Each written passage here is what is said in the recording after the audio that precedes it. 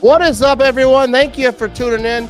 This is the Matt Ramage Show, presented by the greatest gas station in the world, that is Quick Trip, you know what I mean? And they got take-home meals, they got all the things, but the take-home meals, they got them at a discounted price right now.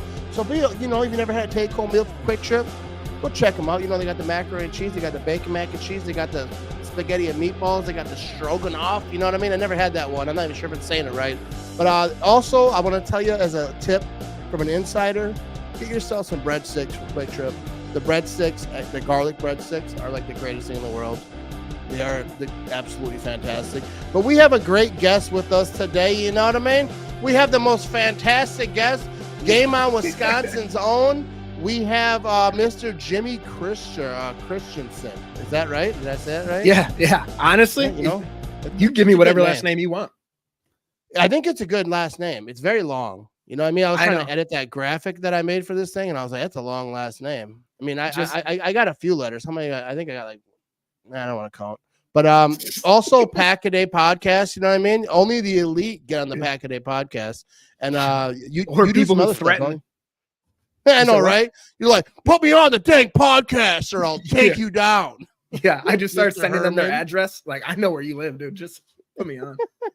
But we got Mr. Jimmy Christensen. So what we're gonna do today, we're gonna talk about the Packers. Some new defensive coaches out there.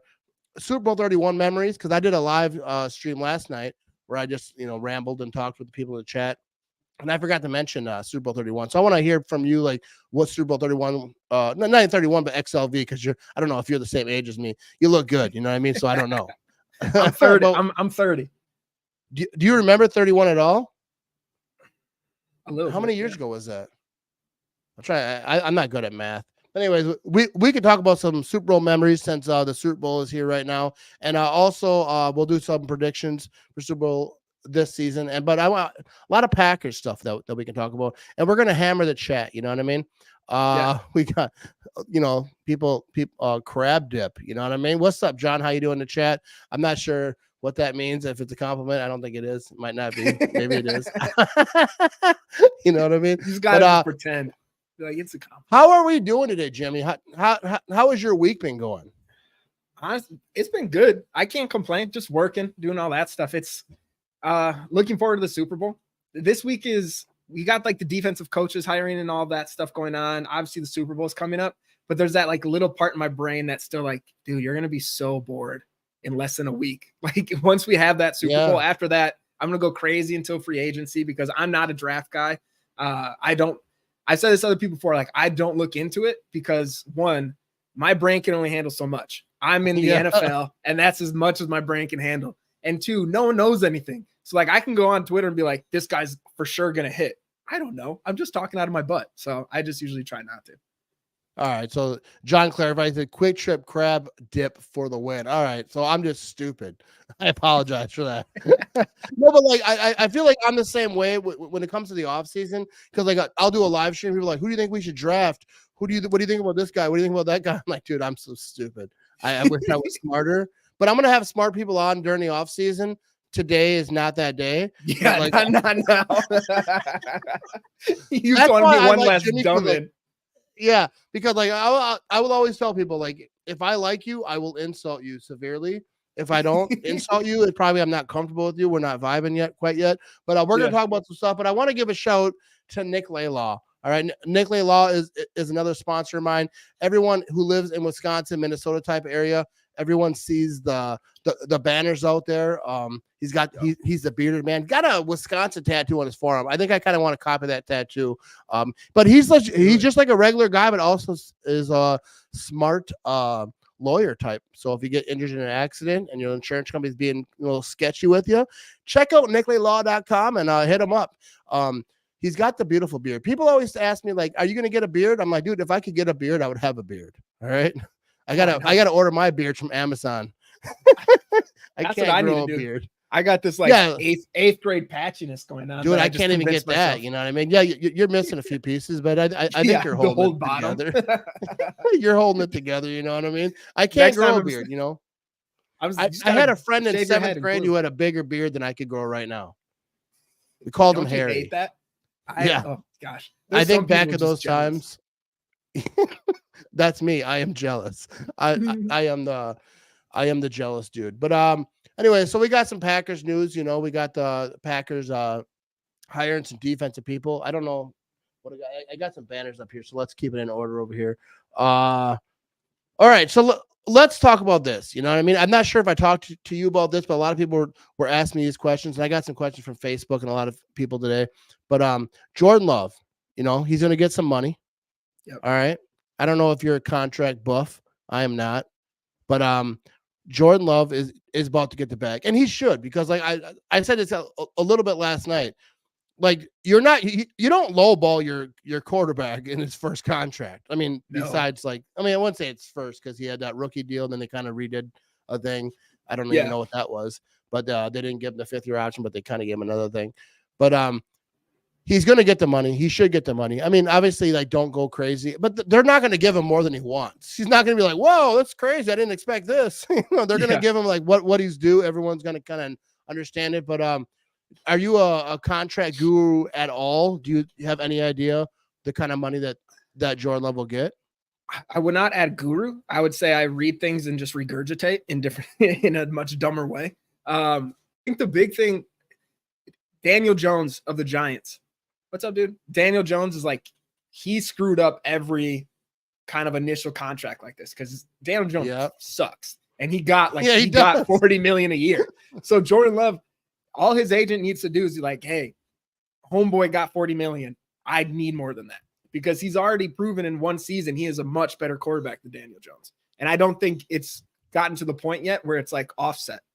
So I think we'll probably be looking at least 45 a year. Maybe they'll like start off slow so the cap hit's not too bad and then can build a team around. But yeah, I would say he's gonna make a lot of money, dude. Yeah, that's the thing with like that Daniel Jones, because when I've said this before, like when he got that money, I was like, I thought he sucked.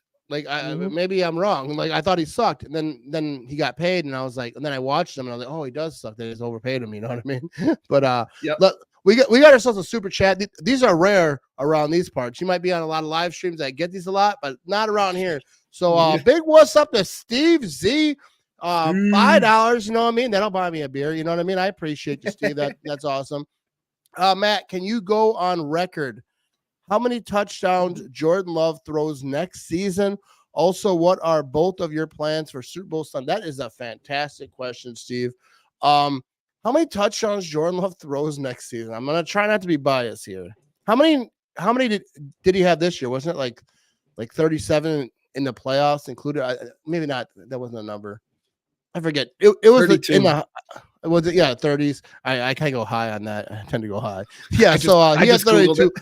I'm gonna say 40. I'm gonna say 40 touchdowns next season, maybe even more. It might be like 43, because I feel like this season with Jordan Love, I'm still slipping a little bit. Throw that Aaron in there, but with Jordan Love, he had a couple games where he wasn't quite, great, because it's his first year starting. They had some slumps, and I feel like when the defense isn't playing great, he's going to push it a little bit. I'm not going to blame anyone else, because Jordan Love had some bad games. But I expect those games to be very limited next season. I don't expect Jordan Love to have just trash games. He's going to have bad interceptions. He's a quarterback. He's human. But I would say Jordan Love's going to have 40, maybe a couple more than that. I expect Jordan Love to have a really great season. And for first of all, let you answer that part of the question. What do you think? Yeah, I'm with. So like the two things that come to mind is, one, he's going to be in the second year starter. There's that boost there. The one thing that I could see limiting it is if Aaron Jones stays healthy for the whole season, and whether it's AJ Dillon, we re-sign him, or whatever running back we get in the draft, if they're contributing, like we might be having more running touchdowns next year that will take away from him. But I think either way, he'll still be around that. I don't want to steal Steve's answer, so I'm going to just Price is Right him and be like 36, 37. I'll go 36. I don't want to do too close to him. I'll say 36. So Steve says 38 this year. I think it's going to be right in the high 30s, maybe early 40s. And maybe, if you ask me this closer to the season, I might say 50. You know what I mean? I'm a biased. I'm very hopeful type of the guy. But I'll say right around that 40 range. And what are both your plans for Super Bowl Sunday? I'm not even sure like what my plans are right now. I'll probably just gonna watch Super Bowl with my wife. I thought about live streaming, but I figured most people are watching with their family. Everyone has Super Bowl parties, so who wants to watch me yammer on about these teams? And I'm just so I'll probably watch my wife. Maybe I head over to my someone's house, but I'll probably just watch the wife eat some pizzas, some macaroni and cheese, stuff my face, drink some beer. But what are your plans? This year's pretty low key. Just going. Wife and I are taking the kids down to my parents, going back to Milwaukee, just chilling down there for a couple days and then heading back up. So yeah, just trying to, I don't know, bribe my wife to just let me not have any children interaction for like 4 hours. So we'll see how well that goes. Yeah, I'm not sure that it's going to go real good. All right, so here's another good question, right? I didn't have this on the chart here. Is David Bakhtiari back next season? What do you think? Dude, that's the $1 million question. Patrick gave us a hard one. I think if Rasheed Walker played well, that's like the one thing is like Rasheed Walker played well and is cheap. I know we'll save money if we get rid of Bakhtiari. But then the other part of me is like, yeah, but he is a top left tackle in the league if he's healthy. Like it all comes down to that is if he's healthy.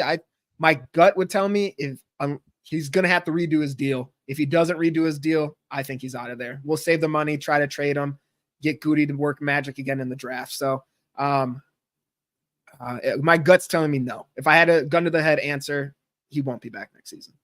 Yeah, I tend to believe that he won't be back, but like, if he's healthy, because like obviously if he's healthy, he's like a big key part. But like, I don't think so. Even the way Goot kind of answered that question when they're talking about Aaron Jones, he was like, Aaron Jones is the heart of this team. We love Aaron Jones, but like I'd give my children to this man. Like he's like, we love this dude. He's a great. Like, what about Dave Brown? You're like, well, we're gonna check it out. We're gonna look at stuff. You know what I mean? You never know. It's kind of like when your wife asks you, like, you didn't clean the garage today. Like, you know what I mean? It's the plan, but like we're gonna see what happens. You know, you never know what's gonna happen. She's like, you gonna drink the beer? Like, definitely. We're gonna drink lots of beer. That's we for got sure. beer stacked up in the fridge. It's kind of like the same type of thing. So I love David Bakhtiari. I really do. But if they feel like they got to replace him for him, that's not going to cost them a crazy ton of money, and they don't really know about the injury situation because they're not going to know. It's not like the doctor's going to be like, nope, he's all good, he's fine, everything is good. Like he's had a catastrophic injury, so like we'll see like what happens with that. But I don't expect David Bakhtiari to be back next season. It's he had a brutal injury, you know what I mean? Yeah, and for him even now having to go back and have surgery. Like he had the one after week 1. And then he even said, I have another surgery later on this offseason that's going to hopefully officially clean it up. So for him to have that many surgeries on that knee, at that point too, it's like, dude, is it worth it? Like you solidified yourself as the best left tackle in the league for a little bit, the best to probably ever play for the Packers. History buffs might correct me on that and say some person I don't know, but like he's made his legacy in Green Bay. And you hit on it too, is like the tough part is he's so likable, which is like, you don't want him to leave because he's such a cool guy. Like, it's not like everyone on the team or all the fans like, well, he's kind of a dick. Like we don't want him back. Also, I don't know if that counts as a swear, but I won't say that again. I don't think it does. I think we're all right, cool. We're good. If they can say that on The Simpsons, I think we're all right. Perfect. But yeah, no, that's what makes it tough. He's so likable. You want him back, but I just don't think it makes sense. Yeah, David Bakhtiari, the whole chugging beer thing, I think he's absolutely like what Green Bay is. Like he's, like as Cheese Head TV talks about, carry the G. David Bakhtiari is absolutely that dude. If he's good and they're like confident that he can play and he can play a full season, I'd be okay with it. But like, it doesn't matter to me. It's not my money. People always talk about the cap space. Yeah. It's not my money. You know what I mean? Like, it's like when you're at someone's house and they're like, well, we're going to get another, a couple cases. It's not your money. Like, yeah, get after it, bro. Like, buy some bottles, have at it. Ask me to chip in. Let's have a good time. You know what I mean? But there's a lot of money involved with unsure about the injury. Like if they're confident, obviously like he's huge. He's a great player when he's on the field. All right. So let's talk about, I want to bring this one up because I talked about this, I think, with Clayton when Clayton from the Packernet podcast was on here. The under the radar days are over because I see a lot of people saying, I like being under the radar. I like the Packers being doubted. Well, those days are done, dude. Like those days are over. Like I compared it last night to the Lions of last year. They didn't make the playoffs even, but everyone's like they knew the Lions are coming. Like this team was for real, and everyone knows the Packers are coming. A lot of people are going to favorite the Packers to win the Super Bowl or get to the Super Bowl or win the division or whatever. A lot of people are going to be talking highly. So like no one's going to like underdog the Packers. I mean, there might be underdogs in a couple games here and there, or whatever, but no one's like thinking the Packers are chumps. Like everyone, like in this season, like Jordan Love, you watch Colin Cowherd, all these people, they did bury Jordan Love early in the season. Everyone knows what Jordan Love is. Everyone knows what these receivers are. We'll talk about those later on, but like everyone knows what this team is. The defense is kind of up in the air. We had a new defensive coordinator. And we'll see like what this defense is, but no one's going to be like the Packers suck. Not like everyone's going to say, hey, they're all going to win a Super Bowl. Not everyone's going to say what I say, but the Packers are not under the radar no more. Everyone's going to be ready to play them. What do you think? Yeah, no, absolutely. You mentioned the Lions. That's who they are this coming into the season. Like we probably won't be favored to win the NFC North. Like there'll be some people debating it, but with Ben Johnson going back to Lions, they'll still probably be favored in that. But we're going to go from this year where they're like, they will not make the playoffs. Like there's no chance. Jordan Love's probably not the guy. To now next year, we'll be a playoff lock in like preseason predictions. Like that's such a big difference. And then you have this young team, like people are going to realize like you can't take them lightly. You can't, because they're explosive everywhere. And who knows with this defense, that's the question mark. But it can't get much worse than last year. So even if we move it from like end of the league to just middle of the pack, and our offense is the same, which I have 100% confidence it will be, we are a threat to win the Super Bowl next year. And that's definitely biased, but also just in my mind, a realistic expectation. Dude, I'm telling you, I said it. I said the Packers are going to be in the Super Bowl next year. And dude, people are like, you shouldn't be so hopeful. You shouldn't say that.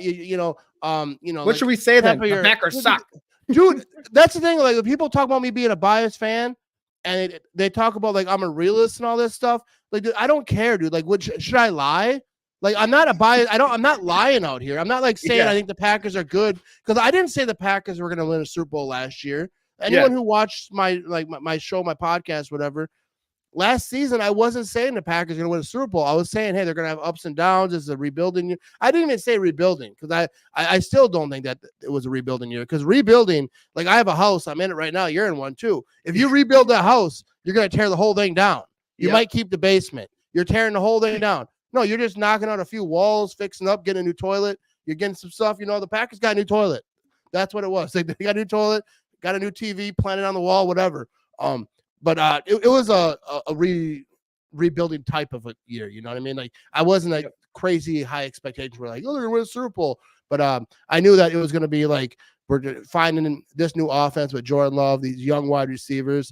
It could be brutal. I knew it was gonna be ups and downs. I'm glad that we had more ups than a lot of people thought. But hell yeah. Anyways, I don't even know where I was going with that. But the under the radar days are over. That's what I'm saying. It's like the Packers next year. I'm hopeful that I'm not saying that they're for sure guaranteed to win a Super Bowl, but they're gonna be fighting for it, just like a lot of a few other teams are gonna be. The Lions are one of those teams. Like I know Packer fans like to trash on the Lions. The Lions are gonna be in the playoffs. I think the Packers are better than the Lions. I'm not scared of the Lions at all. But they're going to be fighting. They're not just going to give up. They're not going to crawl back to what they were. The bags ain't coming back in their heads. Not for a couple of years yet. We'll see what happens. But I absolutely do. I think that there's so many reasons why the Packer fans should be hopeful. Like people are like, they'll digress. Jordan Love is going to digress. Why would you think that? These young wide receivers, Aaron Jones is going to be back. These two young tight ends.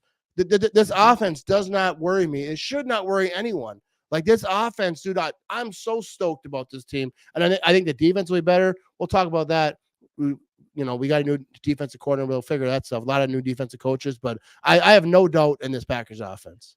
Yeah, and it doesn't make any sense. People are like, "Well, you can't think they could make the Super Bowl." We were 3.5 quarters of just beating the 49. We were a half quarter away from going to the NFC Championship game in a year where people thought we weren't going to make the playoffs. And now we showed what we can do. We hung in there with the team in the Super Bowl right now, which honestly, we should have won the game. That's what everyone was saying after the game. Packers should have won.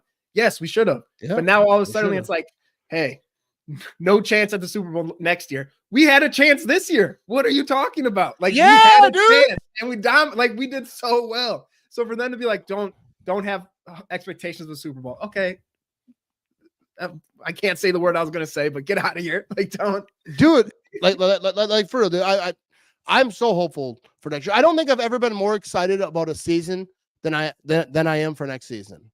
I think Jordan Love, he didn't reach his peak yet. You know, it was his first year starting, but he did ridiculous in his first year starting. And it's not just him; it's his receivers. It's his tight end. Like she just said, nobody knows where he's going with the ball. There's no number one wide receiver. Like they're gonna force that ball to that guy because the Packers have always kind of had a guy, you know, like Devontae Adams, even with Jordy, even when Randall Cobb in his younger years. I remember where there was like they're just like everyone knew. Like they're trying to scheme him because he was like a quick guy. He could go slot. He could do all these things. He wasn't that, you know, that go route type of guy, but they were just trying to get in the ball. There's no guy like that now. They're just trying to, whoever's open, like whatever, like they're just doing whatever. This offense, I think the limits are endless. I'm super pumped about this offense. The tight ends too. That's one thing is we knew they were good. But we saw Musgrave in the beginning of the year do really well. Yeah. He got hurt. We saw Tucker Kraft come on and just dominate. And then we barely got to see them together. So next season, we're going to have two, knock on all the wood around me, two healthy tight ends going in there. And Matt LaFleur is just going to scheme up ridiculous things because he is just a little Dumbledore back there, just casting spells. Like he's going to work magic. Dude. Yeah. Who doesn't love a nice tight end? You know what I mean? But, all right, so all right, dude, I can't even stand my own self. Here we go. So what we kind of talked about a little bit, but what does this team look like next season? Like we kind of talked about the offense, but like maybe even the defense, like that 4-3 defense that supposedly is coming in here. I guess it is. Yep. Everyone's talking about it. What do you think this team looks like next year? I feel like the offense just does the same. Like we see the same. In my mind, they pick up right where they left off. The defense, from things I read, I can't take credit for this. Like I said, I don't know much. I don't know anything about college. We got a college head coach to be our DC. So it's from the stuff I read, like he's much more aggressive, loves press man, single high safety. So we'll have another safety in the box, whether it's Darnell Savage, hoping he's back, in my opinion. I think he's earned it. But I think he's going to be more aggressive. And then having that going to a 4-3 from everything, it doesn't matter as much anymore because you're a nickel a lot and the scheme changes so much. Yeah, kind of like, they're in and out of stuff. Yeah, so it's not as big of a deal, but bringing change to this team.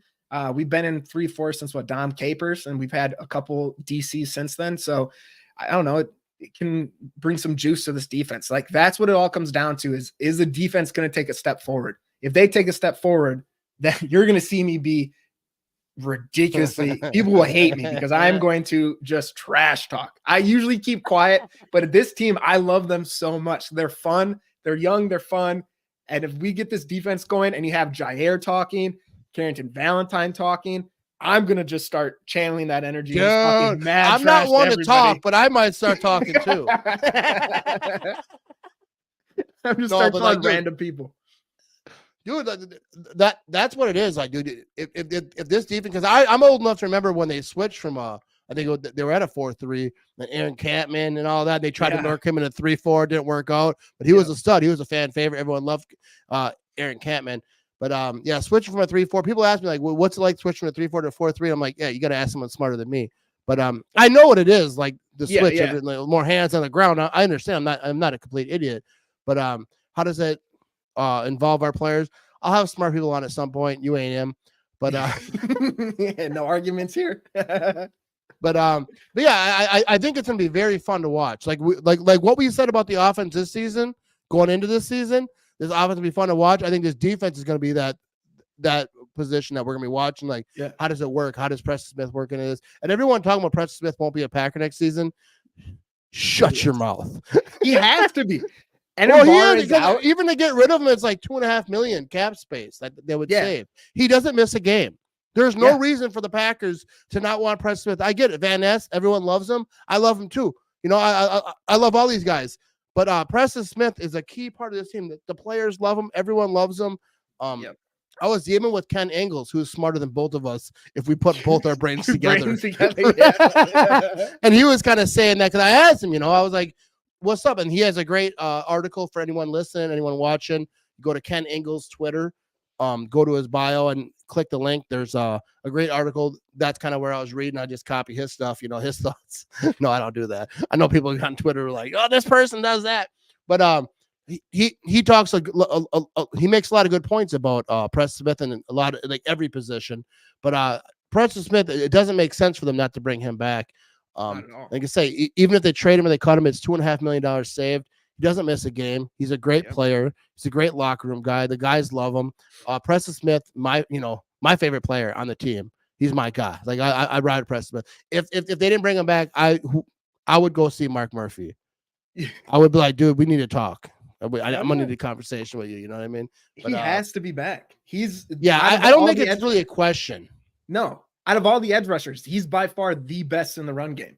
Like Rashawn Gary, as much as I love him, that's his weakness. He's so aggressive, which is great sometimes, but also sometimes kind of screws up the run game a bit. Preston has to be back. Because what are you going to do? Roll out there next year with Rashawn, Lucas Van Ness, and then whoever you get in the draft? Because Inambari is not going to be back until the end of the year, hopefully. So it's just it'd be malpractice. Yeah, I don't think it's a real conversation. People are kind of just saying things.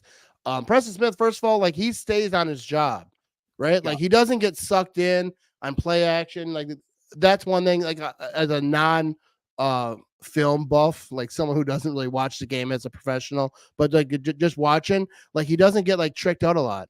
But anyways, Preston Smith, the GOAT. You know what I mean? Don't disrespect him on my pages because I will come see you. You know what I mean? But what about the secondary though? That's going to look a lot different next year. We have we have like one, maybe two safeties on our team. I think it'll be interesting.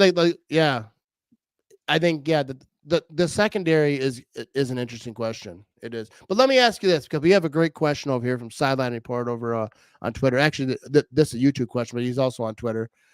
He said AJ Dillon is most likely gone. Who do you think will be Aaron Jones' primary backup? First of all, let me ask you this: do you think AJ Dillon will be gone? I love AJ Dillon. Yeah, everyone does. Like who doesn't? Yeah. I personally think if I'm Goody, in my mind, it makes sense. Yeah, let me know if you Goody. If I'm Goody, man, the team sucks. No, if I'm Goody, I'd bring him back on like a 2-year deal, be able to get out of it in the second year. You draft a running back. The main thing is just AJ Dillon is so good in pass protection. Like we saw that this year. Dude's huge and he's picking up defensive linemen. He's picking up blitzing linebackers. Like that's such a key part on this team. Like if you don't, the wide receivers say it, but it's the same with the running back. If you can't pass protect, your playing time's hurt. Yeah. I personally would bring him back. If they don't, I would expect a second, third round pick going to a running back because Aaron Jones, we saw this year how much of a benefit it was. Him getting injured, you don't want him to get hurt. Obviously, you'd rather have him have fresh legs because of just splitting the carries. But we saw what a fresh-legged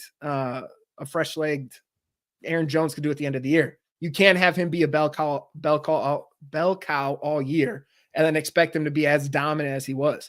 So I think he can do it, but I don't think it's the best for the team to have Aaron Jones taking 20 carries every week all year. Yeah, I feel like AJ Dillon, like if they went to him like, hey, you know what, I'm not feeling it, you know what I mean, take a little less or whatever, kind of work some kind of deal out. I feel like AJ Dillon wants to be in Green Bay. That's the thing. I think he would take I think he would take a cheaper deal.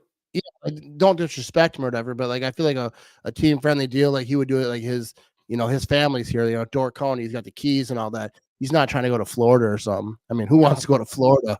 No, it's warm all the time. But I'll say, like on record, I love AJ Dillon. I think he's great for the team. I get people's questions about it, but I think at some point they're going to draft. Probably this year they're going to draft a young running back. Yeah, I think AJ Dillon's good for the city. He does a lot of great things, and I know that people, whenever I say that, they're like, "We don't care about the city. We care about the team. What he does." Like. But I absolutely love AJ Dillon. I think he's fantastic. But it all depends too how much they value or how much they like Emmanuel Wilson. Like I guess to factor into it too. I don't know. Yeah, because like he did some stuff. They didn't really give him a lot of playing time. He didn't really get in there. I think this year, like we're gonna find out what they think about. Even if AJ Dillon is here, I would assume that if they like Wilson, we're gonna see a lot more of him. Yeah, a lot more opportunities. So let me ask you this. All right. So Mark Murphy, Yeah. last season, he's out. Because the age limit, they have an age limit. I wish my job had one, and it was 42. For real. But Mark Murphy's moving on. I forget what the age limit is, but he's that age next year. So this next season will be his last season as a CEO of the Packers. I didn't even know that there was a CEO of the Packers. I thought it was just the president, but I guess CEO is kind of the same thing. I want to be a CEO of something. I'm gonna make something. It doesn't have to be big. Just CEO of the Matt Ramage show, dude. Oh yeah, you know what I mean? CEO. You want to be the vice president? Hell yeah. do you want your show to crash? Because then I can do it. Well, it's not doing flourishing things right now. But if you were hired as Packers CEO, what's your first move? All right, because a lot of people are talking about today that was kind of the joke on Twitter. Everyone's like, "Hey, I'll do it." I made a joke. Hey, I'll quit my cheese factory job. I'll be the CEO. Yeah, like that's what told me back. Oh, dude, good question. It is. One, I ask good questions sometimes. This is a good one. I find a way to get more seats in Lambeau because we got to get this long list of season ticket holders and dwindle that down because I want to get a season tickets before I die. Also make beer cheaper in the stadium. I'm going to do some fan-friendly things. That's what I'm going for. Yeah, if you want to black out in Lambeau, it's going to cost you about $150. Yeah, I'm going to lower it from like $8-10 a beer to like $6. I think that's reasonable for everybody. Dude, I don't even know. That's such a good question. I feel like that would be my first two moves: get more seats and lower beer prices. Yeah. So my first move. Oh, I thought about it earlier when I put this question up. I had it. I would have sitting sections. That's what I would do if I was CEO of a Lambeau Field, because some people don't like it when you stand, right? Mm-hmm. And I get it because they were there from the dirt. Those are old timers that they've been watching the Packers from the 60s, 70s, 80s, and they don't want to stand. So I feel like they should have a section that's for sitting, sections for standing, like people who want to stand the whole game. They should kind of move it around so there's not so much kind of bickering in the stands. When I go to games now, I don't even sit in the bleachers. I go to like the standing room only up top. And I'll watch from up top because I can stand. I can walk away, go to the bathroom, get the beer when I want to get it. Meet people. We're high five. And I like to stand. Even like right now, my podcast, I bought a standing desk because I don't like to sit. If I'm sitting, I'm gonna take a nap. You know what I mean? I'm gonna shut it down. But so that's what I would do. I would try to make a situation where we can have a spot for the people to sit, spot for people to stand. I'm not saying like if you sit, you got to be over here, but like kind of try to work it in a little bit because we got to get loud over at Lambeau Field. You know what I mean? We've got to have spots people can stand the whole game, just get rowdy. You know what I mean? Hell yeah, I'm with that. That is what I would do. Looking at that last comment we have on YouTube about so fans could listen to the game nationwide, I feel like they should make a rule because we're fan owned. If you bought stock in the Packers and you have that piece of paper, I feel like you should get like an automatic, you can stream the game for free, no matter where you are. You're technically an owner. So you should be able to watch your team play, whether you live in Florida, whether you live in California, wherever you live in Europe. Like, it doesn't matter. You get a free stream to the game. I feel like that's only fair. Yeah. So that was a great comment. He said, if I was CEO, I would restore the relationship with WTMJ so fans could listen nationwide to games. Yeah. I think that is actually like a real thing that should happen. If you are a stockholder, you should be able to stream the games no matter where you are. But we have a good comment over here that I clipped, which I think is a great one. Silent Report again. He said the Packers won a Super Bowl in 1996, 2010, and next season is in 2024. Every 14 years, book it, dude. I think that's a great comment. Right. First of all, and like what I've been saying, like through it, because like I predicted the Bills win a Super Bowl early on because I said, look at these teams. Like when Aaron Rodgers took over, he won a Super Bowl after a couple of years or whatever. He was 2008 was his first season. He won it in 2010 season, 2011, and like Patrick Mahomes a couple of years in, like it kind of like because they're on the rookie deals, even like the Seahawks back in the day. So like Jordan Love, a couple of years in, he didn't get in his first year, but he got him further than they were supposed to go. So next season, I feel like it is that year. And if it's not next season, it'll be the season after that, or maybe both. Back to back, baby. We're in. You know what I mean? So there's so many numbers that we can bring up, which we will do because this can be a long off season. We'll give you every reason why the Packers can win a Super Bowl next year. That's what we're gonna do over here. But all right, so like I want to talk about some Super Bowl memories. That this is Super Bowl week. All right, Super Bowl 31. I got memories up here, but I don't think you're as old as I am. How old are you? Dude. I'm 30. I was 3 during that Super Bowl. You were 3. So what were you doing? What were you doing at 3? Probably playing with Power Rangers, trying not to pee my pants, honestly. I'm not even show Power Rangers or anything at 3, but how about Super Bowl 45? What were you doing Super Bowl 45? That one I remember. I went to my buddy's house in high school. We had a big party. And yeah, we went crazy. And we were every touchdown, we run outside, jump in the snow until the parents yelled at us. I remember his dad after Nick Collins' pick 6. Right away, his dad tried to run down the stairs and just just biffed it, dude. That's one of the memories but no, that game was incredible. It was fun. And then a couple days later, they had that party at that like big thing at Lambeau where people got to come. They brought the trophy and everything. So my parents were cool and let me skip school that day and drive up to Lambeau Field. No, that was fun, man. I can't. I'll never forget that. Those throws of Greg Jennings, Nick Collins, obviously. I wish he was able to play longer, but I need another one of those in my life. I need my kids to experience another Super Bowl. We will. We're going to. We're definitely going to do that. So let me tell you about my Super Bowl 31 memory, and then I also have 45 because I remember that one too because I'm old. You know what I mean? No, but Super Bowl 31 was crazy because I was like 16 for that one, right? And like I grew up like in the 80s, like I was born in 79. All right, I'm 70s baby, you know what I mean? But I grew up with like my uncles and stuff, my cousins, like older cousins, where they would gamble on first downs because the Packers sucked, right? So they couldn't get no enjoyment as adults from the game because they knew the Packers were getting throttled all the time. So they'll be like, I bet you $10 to get a first down right here. You know, it's just degenerate gambling type stuff. So that was like kind of my memory of Packer games. My best friend lived next door. He's a Bears fan. He wasn't allowed over on Sunday. Then I get him out of here. Kill the Bears for good. You know, like get that kid out of here. Get the hell out of here. Don't even knock. So 31, after I don't remember a lot during the game because I remember being at a buddy's house. And my brother was there and he was like an adult, you know, just a young adult. I was 16. He's a few years older than me. We got in his car. We rode down Main Street in Green Bay. People were jumping up and down and like on telephone poles. People were jumping on cars. It wasn't like violent, like where people were like, you know, like breaking stuff, and maybe in some areas, but it wasn't really violent. But people were rocking cars. Everyone was like stoked. Yeah.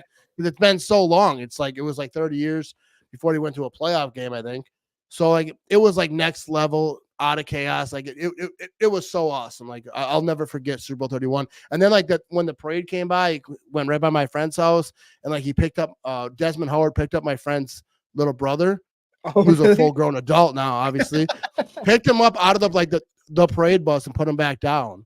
And like it was just awesome. It was just like so awesome. Super Bowl 45 was a little bit different. I was watching with my brother-in-law, one of my good friends, and my dude, want to hear a funny story about Super Bowl 45?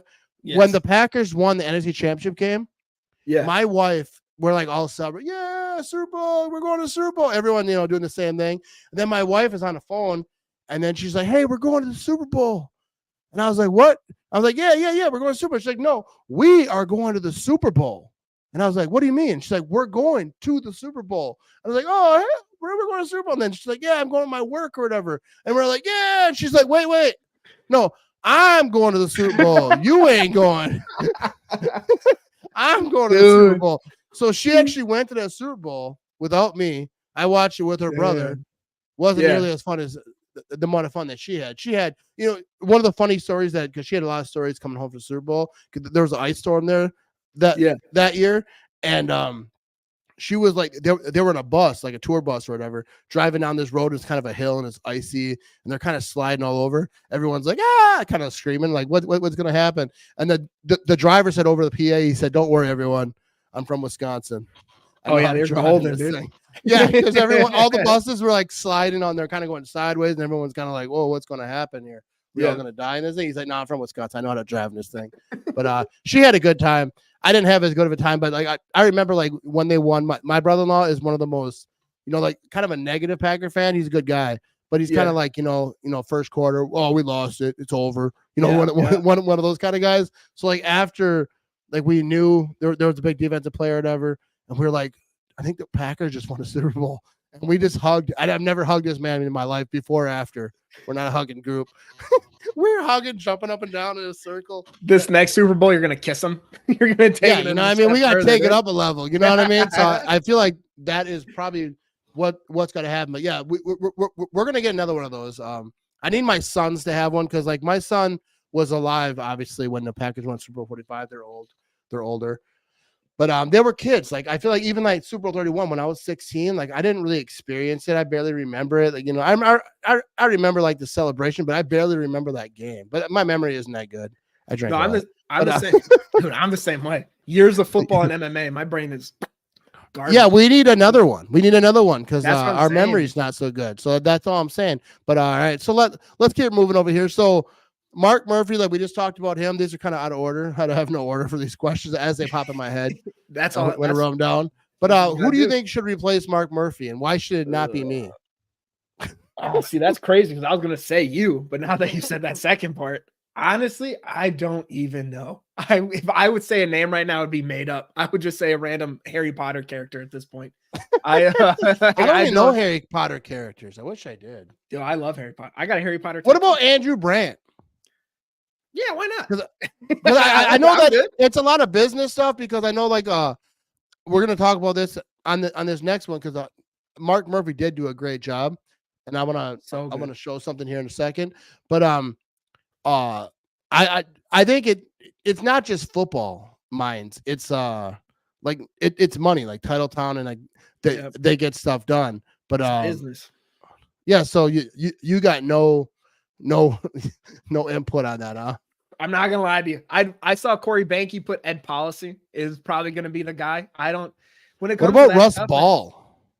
I don't know what he does. Like he seems smart, right? Contract he's a money guy. Yeah, he's a good money guy. I'm cool with it. Yeah, that's the thing. Is like with this stuff is like I said before. I have no idea either. Players, someone could tell me honestly random names of people that worked in the front office. Dude, I want to put it on record. I'm gonna say Russ Ball right now, and if he gets hired, I want everyone to bow down to me and tell me how smart I am. All right, can we just agree to that? Yeah, done. Yeah, all right, I'll drive to where you live and bow down in front of your house. That's how. That's all I'm asking. You know what I mean? I'm not asking for a lot. All right, so now that Mark Murphy's about to be out, let's put a little respect on this man's name. And we have I have a tweet over here that I stole, but Mark Murphy has done a lot for the Packers. You know, a lot of people don't even realize. So let's throw this tweet out here. Show some love to Joe at Work 87.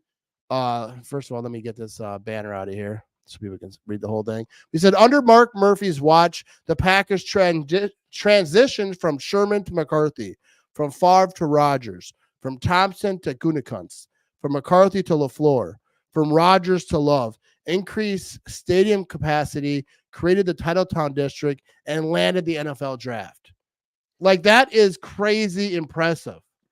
Like, he has done some stuff for the Packers. Like, and a lot of people, like a lot of Packer fans, just throw disrespect at him all the time. Like, oh, he should retire. He sucks. He's just, and like, dude, he has done like, because first of all, the CEO, the president, whatever you want to call him, his job isn't to win on Sunday.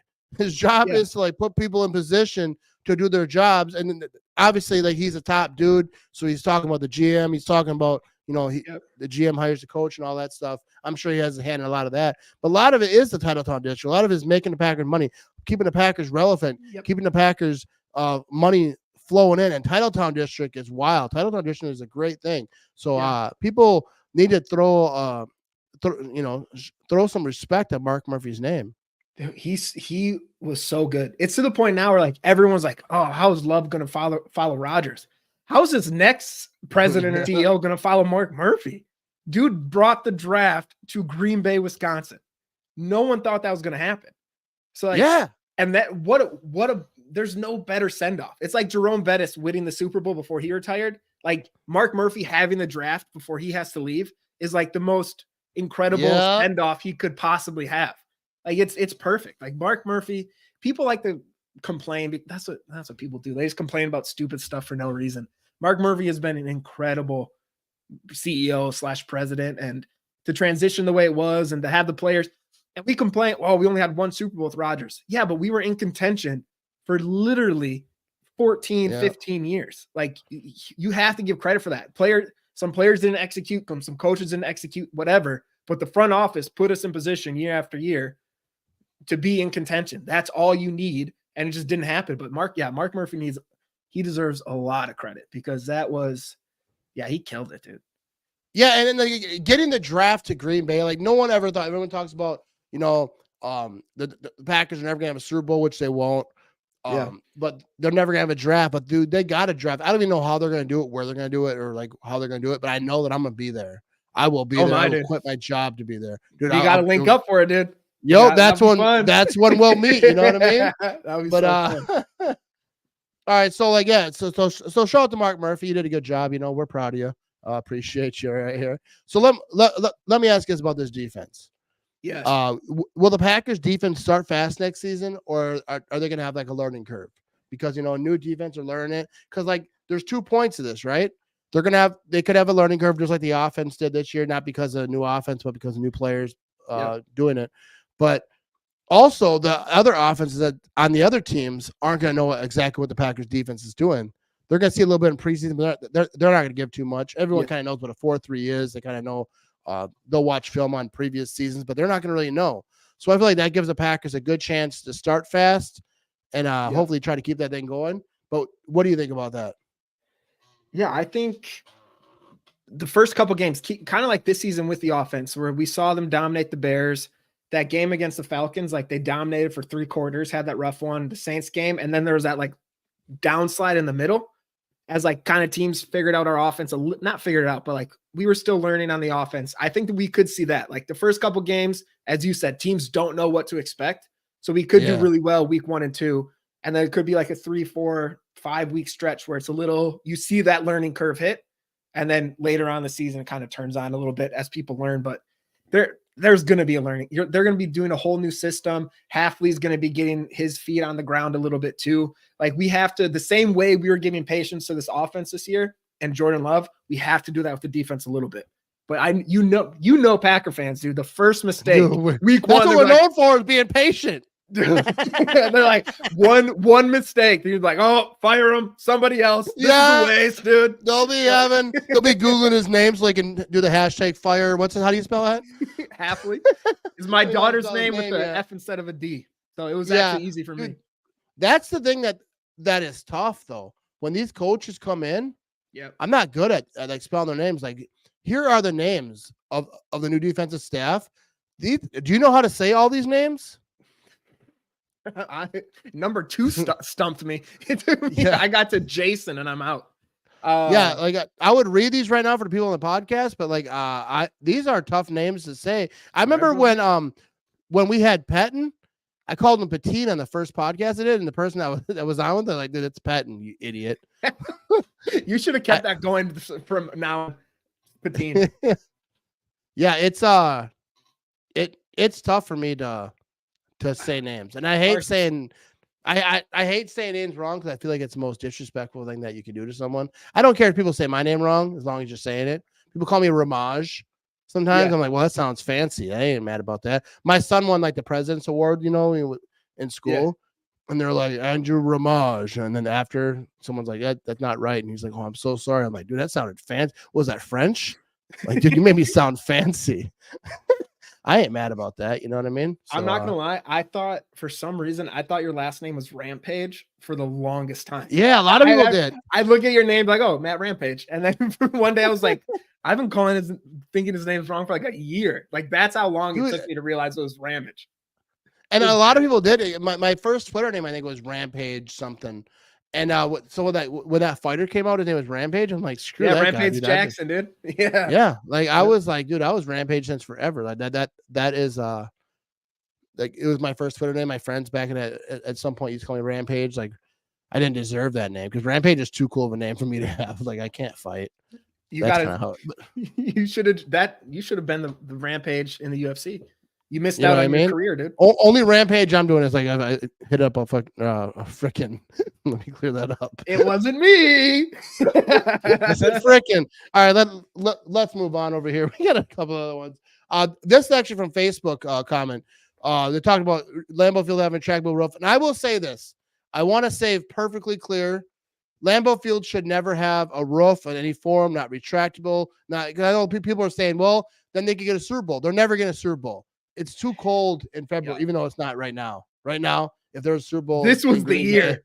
Yeah, the weather is up. great, but a lot of years, like it's not. It's never going to happen. And I don't want to roof on Lambeau Field in any way. I think Lambeau Field is what football is. Like what all the football teams are trying to do. What the NFL is Lambeau Field. It's Buffalo's kind of the same thing. They built a new stadium. Like, we're not putting a roof on this thing. Because then people are like, well, that's why you had to relocate games. Like, no, it's not, because you would die if you try to drive to the game.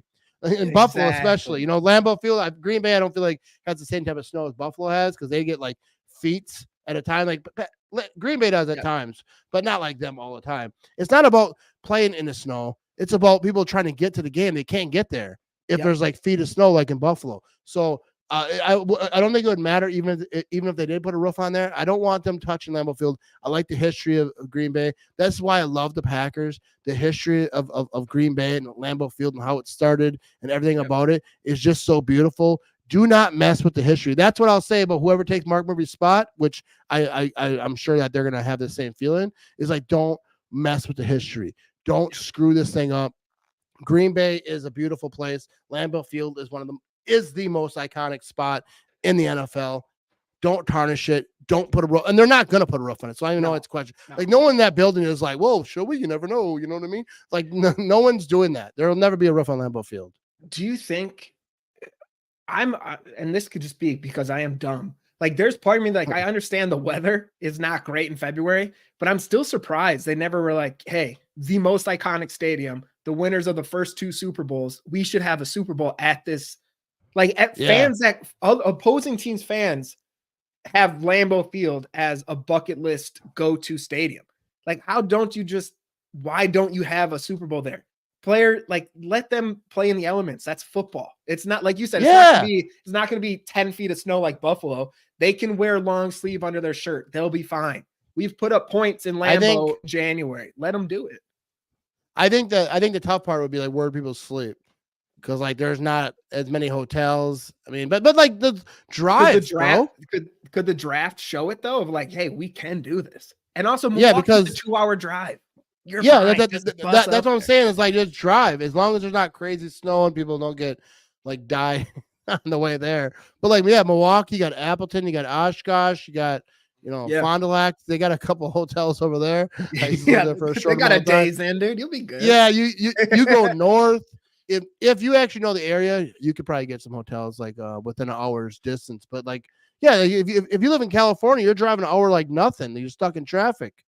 You know what I mean? So I feel like I'm not going to say it could be done, but I think that people should look into it. Because like you say, Milwaukee has all those hotels. I don't care where you stay, bro. You're not staying with me. That's all I know. But I think it'd be awesome to have a Super Bowl in Green Bay, but I don't think it's going to happen anytime soon. It could happen someday. But I hope so. I don't expect it to, but it would just be the coolest thing. It would be the coolest thing if they did that. Yeah. All right. Before we head out of this thing, I do want to give a shout out to Booze Bar right here in O'Connell, Wisconsin. All right. Well, you can't hear me if I was gonna say, don't do that. Booze Bar in O'Connell, Wisconsin. Big shout out to Jeremy who owns that thing. We were down there the other day. He's awesome. Little family, you know what I mean? But it's a great place. So if you're O'Connell, Wisconsin has a great spot for fishing. A lot of people come up here for fishing. If you need a bar, you want to have a place to wet your whistle, whatnot, head over to Booze Bar over on Main Street. Great establishment, ran by some great people, and they always have some great specials. So a shout out to them, you know what I mean? But there we go. That was fun, huh? Yeah. Dude, I always love coming out. Yeah, I love coming on this show. It's fun, dude. I don't have to prep too much. And in the nicest way possible. I don't have to find random DVOA stats that I don't understand and just repeat so people think I know what I'm talking about. No, everyone knows that I don't know anything about football. Like I always say that I'm the least knowledgeable podcaster that is somewhat successful, that people actually watch a little bit. But there's a lot of smart people. I'm gonna have smart people on this offseason, and I'm gonna have Kenny Clark is gonna be on the podcast. Let's go. This season. There's a few other players. I don't want to say their names because I don't know for sure if it's gonna happen. I don't like to call them, say it in case they don't, and then it looks like they're. But you guys had Jamal Williams over on Game on Wisconsin. Yep. For a whole year. I'm trying to do that. I try to copy that. I was like, hey, you want to go on my podcast? So like, yeah, no problem. Like every week for the whole season. Like, yeah, I don't think so, bud. Yeah. Dude, we give you one shot. We had Jamal and then we had MBS. Yeah. I'm trying this year for a former player actually to do a weekly thing. That's my one right now. Yeah, I actually think about that too. Yeah. Alex Green is going to be on my podcast soon too. I've been talking to him. Dude. Yeah, he does some good stuff. Alex Green, shout out to Alex Green. He does some good stuff. He talks to schools, talks to the kids. I remember like being in school, like Reggie White came to my school and talked to us. For real? And I was like a rebellion, like type of crappy kid. I was like, thought I knew it all, and I was like, screw the system. Yeah. And I got kicked out. I got kicked out of the auditorium. Reggie White was talking. Oh. And yeah, because I was like talking, and I wasn't being rude to him, but I was just kind of like, I guess I was talking. The teacher's like, get out of here. And they're like, Reggie White comes all the way down here to help, to talk to you. And but I do remember some of the speech because I got kicked out at the end. I think it's cool though, like when players come to the schools, because they don't have to do that. They don't get anything out of that. The same thing I say to every podcaster who says, how do you get players to come on your podcast? I would say the first thing you have to realize, no player gets anything out of coming on your podcast. Yeah. Like I've had Preston Smith, I've had Adrian Amos, I've Kenny Clark, a lot of guys, and none of them got anything out of being on my podcast. Like they're being nice, or hopefully they're having a little fun while they're on. Exactly. But it's not like you're not ESPN like Pat McAfee, where like they might get some followers, might get like some attention or whatever. On your little show, like they don't need to do it. I wouldn't say it's a waste of their time, but they're being nice. They're trying to give back to the fans. It's cool for them in some way, but like they definitely don't need to be on the Matt Ramage show. Like they're not. Dude, one thing I think we have to our advantage, and because I had some people in the Packers world who can suck it, complain that why players come on his show, he's so unprofessional. I think that's why they like coming on. I think that's because we're not like, give me the X's and O's. No, they don't care. They have to deal with that stuff in their daily job. Let them come on and have fun. Like they're more than just like, I need to tackle this player on the football field. Like, chill out, dude. Let them have fun and mess around.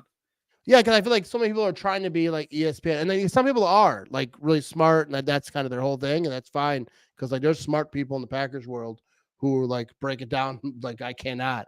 But I feel like if they come on my show, like I want to know like what got them into football, like what do they do? Like I had Preston on, like Preston Smith actually, like when he was on my podcast, he broke that like when he signed his new deal, like he found out like at the airport, and someone stole his car. No. Like, yeah. Like he was on the airplane, getting out of the airplane, turned his phone on. His agent called, like, hey, we got the deal or whatever. He's like, oh, sweet. Like, yeah, you got to go back to Green Bay. He's like, well, I just flew in to Atlanta because that's where he lives. Yeah. And then he's like, no, you got to go back to Green Bay. He's like, oh, so he's like, but then he's like, all right, let me get home and like get my stuff. And then he's like, wait, where's my car? Someone stole his car from the airport parking lot. I thought that should have been ESPN. I felt like that was great, but like apparently they didn't think so either. That's a great story. I think it's one of my favorite stories that I've ever heard. But I think it's fun. My first interview with Jamal, it was for an article. Because before I got players on podcasts, it was just like writing up articles. Yeah. Me and him talked for like an hour and a half, and I kid you not, maybe the 45 to 50 minutes. More than that was just nonsense. Like we talked about the Ninja Turtles for at least 25 minutes. That was my favorite part. It's like things like that. I'm just like, we're talking about Michelangelo. Like that stuff's the fun stuff. I don't care. Dude, Jamal Williams is the absolute GOAT. Like I think he's the most fun person to watch. Like I've watched a lot of your show. I watch his like press conferences, interviews. Jamal Williams is just like one of the most fun people that ever lived. Oh, I know. And he like, I feel like he's never down. No, I'm sure he has at times, but like he keeps it going. His big thing too is just like he wants to play football and play video games. Like he doesn't want the extra stuff, which is you got to respect it. Like it's cool. Yeah. Because I only want extra stuff. That's me. I'd have 20 cars and drive one. Like that would be me just posting pictures every day. Like I'd be an idiot. Dude, I would be stupid. That's why I don't have any of that stuff. But I also too want to give a shout because I want to start doing a kind of a shout out to content creators, people who are doing good things, whether they're big and everyone knows their name or they're not. But we're gonna start out this week. Mr. Alex Strofe does a lot. I don't know if he still does, but for Game on Wisconsin, I know he does Pack-A-Day stuff. He's over on ESPN Wisconsin. He's absolutely killing it. Like he used to do a lot of stuff with me. We used to do a post game show. We used to do a lot of cool stuff. But I always knew that he had that radio voice right off the gate. Dude, the first time I heard his voice, I was like, my God, dude, you're meant for the radio. Yeah, and he's so good at talking. Like, and I don't know that's like a dumb thing to say, but I'm not that good. I mean, I can get the words, you know what I mean? I got a little stutter going on. But Alex Strofe, I think he's great at what he does. I knew he was destined for the radio. I think I wouldn't be surprised if someday he's on NFL Network or whatever big station. He just interviewed Brian Bulaga today. Yeah, I saw that. I saw the clips over there. But everyone, be sure to check out ESPN Madison, Alex Strofe on all his social medias, and he's got a podcast. Like what's it? What's it called? It's called Mr. Irrelevant. Should have had this. Yeah, Mr. Irrelevant. I should have had that written down. You know what I mean? But he does a great job. Everyone knew he's going to do a great job doing big things over there at ESPN Madison. Big shout out to Mr. Alex Strofe. You know what I mean? Baller. All right, we're going to wrap this thing up. Everyone, be sure to check out Jimmy Christensen over there. He's on the Twitter. He's on the Instagram. I think that's it. But also, Game on Wisconsin. Yep. Pack-A-Day podcast. Be sure to check those out. Packer Report too. You know what I mean? Yeah, man. Sometimes I write words. Things. Dude, I can't write, dude. I remember like back when I first started tweeting, someone's like, "Hey, do you want to write for an article?" I'm like, dude, nobody wants that. I can't write. Like my wife edits my Facebook posts. Yeah, that dude. I make a Facebook post. My wife edits it. She's like an admin on my Facebook just so she can edit. I'm like, hey, you're an admin. You can post like some memes, you know, whatever. She's like, no, I'll just edit your stuff because you don't know how to spell right. That's awesome, dude. All right, we're gonna be out of this thing. I appreciate everyone who tuned in, everyone who watched live. Be sure to check out the Matt Ramage Show on Spotify, Apple, all the places that you listen to podcasts. And also you can check out thematramage.com. You can find all the places that you can follow me, all the places that you can listen to podcasts or watching YouTube and all the places. And also merch. We got some good merch out there. Go buy some merch, you know, pays for my beer directly. You know what I mean? But big shout out to Game on Wisconsin, Mr. Jimmy over here. Peace out. Go Pack, go. We got some fun stuff coming this season, baby, this offseason. You know what I mean?